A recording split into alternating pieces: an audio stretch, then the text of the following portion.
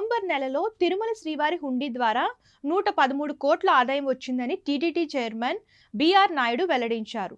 గత నెలలో స్వామివారిని 20.37 లక్షల మంది భక్తులు దర్శించుకున్నారని, 97 లక్షల లడ్డూలు విక్రయించామని వివరించారు. 7.31 లక్షల మంది భక్తులు వెంకటేశ్వర స్వామికి తలనీలాలు మొక్కు సమర్పించుకున్నారని, 19.74 లక్షల మంది భక్తులు అన్నప్రసాదాలు స్వీకరించారని బిఆర్ నాయుడు తెలిపారు. కాగా టీటీడీ చైర్మన్ బిఆర్ నాయుడు ఆదేశాలతో గరుడాద్రి పర్వత శ్రేణుల వద్ద టీటీడీ విద్యుత్ సిబ్బంది ఆకర్షణీయమైన లైటింగ్ ఏర్పాటు చేశారు.